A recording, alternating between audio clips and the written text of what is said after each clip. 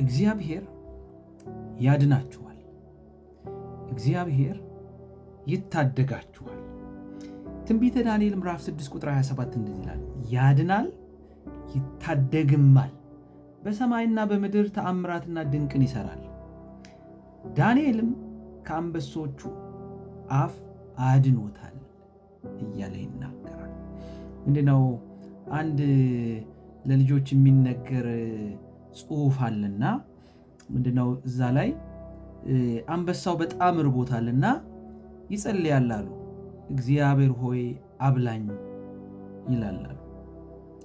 አንዲት ደግሞ እንደ ሚዳቋ አይነት እንስሳ እግዚአብሔር ሆይ ዛሬ ከሚከበኝ ከየትኛውም ነገር አድነኝ ትላለች እና አንበሳው ድንገት ሲዞር ያችን ሚዳቋ ያታል።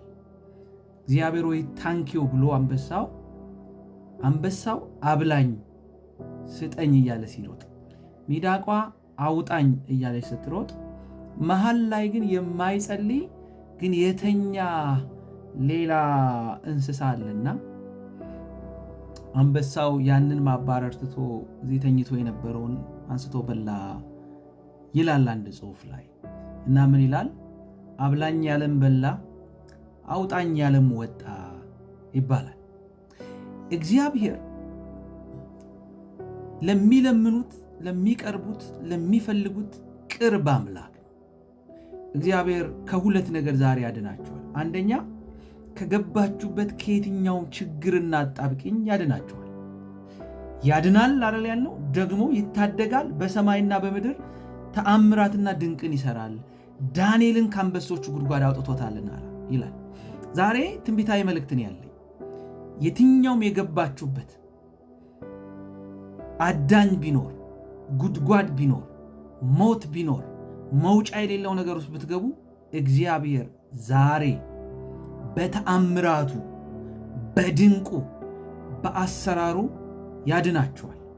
ለምን መሰላችሁ? መዝሙር 34:19 እንደዚህ ይላል፣ የጻድቃን መከራቸው ብዙ ነው ይለና እግዚአብሔርም ከሁሉ ያድናቸዋል ይላል። አሜን። ጻድቃን የሚያልፉበት ቻሌንጅ፣ የሚያልፉበት መከራ፣ የሚያልፉበት ውጣ ውረድ ትንሽ አይደለም። አንዱን ሲያልፉት አንዱ፣ አንዱን ሲያልፉት አንዱ፣ የቤቱን ሲያልፉት የውጭውን ሲያልፉት የመስሪያ ቤቱ፣ የሰው እያንዳንዱ የፋይናንሱ ብዙ ነው መከራቸው። ግን የምስራች እግዚአብሔር ከሁሉ ያድናቸዋል። ለምን? አዳኝ ነው ባህሪው፣ ማዳን ነው የእግዚአብሔር ባህሪ። ከመከራ ያድናል፣ ከጭንቀት ያድናል፣ ከስቃይ ያድናል፣ ከጥፋት ያድናል፣ ከእጥረት ያድናል። እግዚአብሔር ዛሬ እጁን እናንተ ቤት ይዘረጋል፣ ያድናቸዋል። አይገርምም?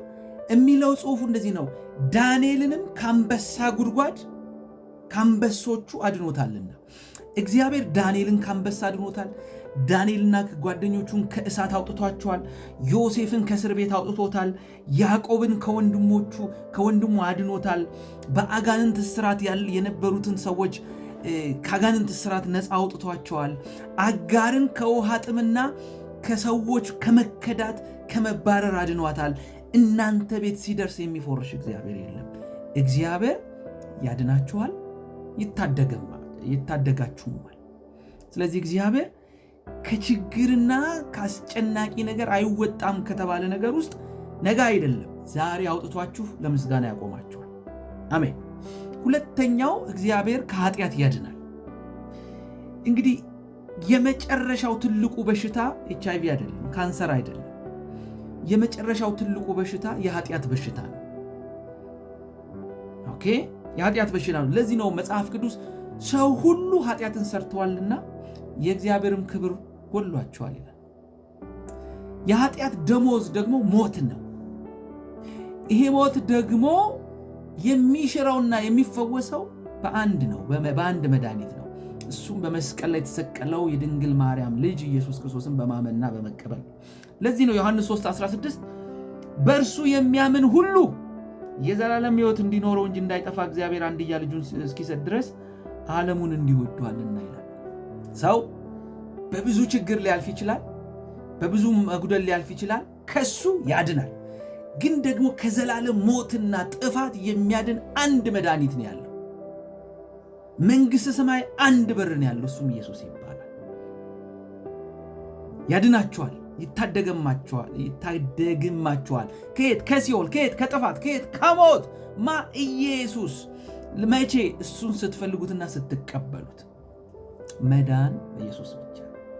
እንዴት ካላችሁኝ እግዚአብሔርን የምትጠሩት ከሆነ ሮሜ 10:13 እንደዚህ ይላል፣ የጌታን ስም የሚጠራ ሁሉ ይድናል። ስሙ መጠለያ ነው። ስሙ ማምለጫ ነው። ወደ እሱ የሚሮጥ ሰው ያመልጣል፣ ይድናል። ዛሬ አንድ ነው መልእክቴ። እግዚአብሔር ያድናችኋል። እግዚአብሔር ይታደጋችኋል። ከምን? ከኃጢአት፣ ከሲኦል። ከምን? ከየገባችሁበት ከየትኛው ማጥ ውስጥ፣ መከራ ውስጥ፣ መለያየት ውስጥ፣ መገፋት ውስጥ፣ መናቅ ውስጥ፣ ማጣት ውስጥ እግዚአብሔር ማዳን ይችላል። ዛሬ እኔ ጸልይላችኋለሁ በጌታ በኢየሱስ ስም ካላችሁበት ከየትኛውም ሲቹዌሽን ውስጥ የሚያወጣ ብርቱ የእግዚአብሔር ክንድ ያገኛችሁ። በዚህ ቃል ባረኳችሁ። መዳን ማምለጥ በኢየሱስ ስም ይሁንላችሁ። መዳን ለእናንተ ቤት ይሁን። አሜን። በጌታ በኢየሱስ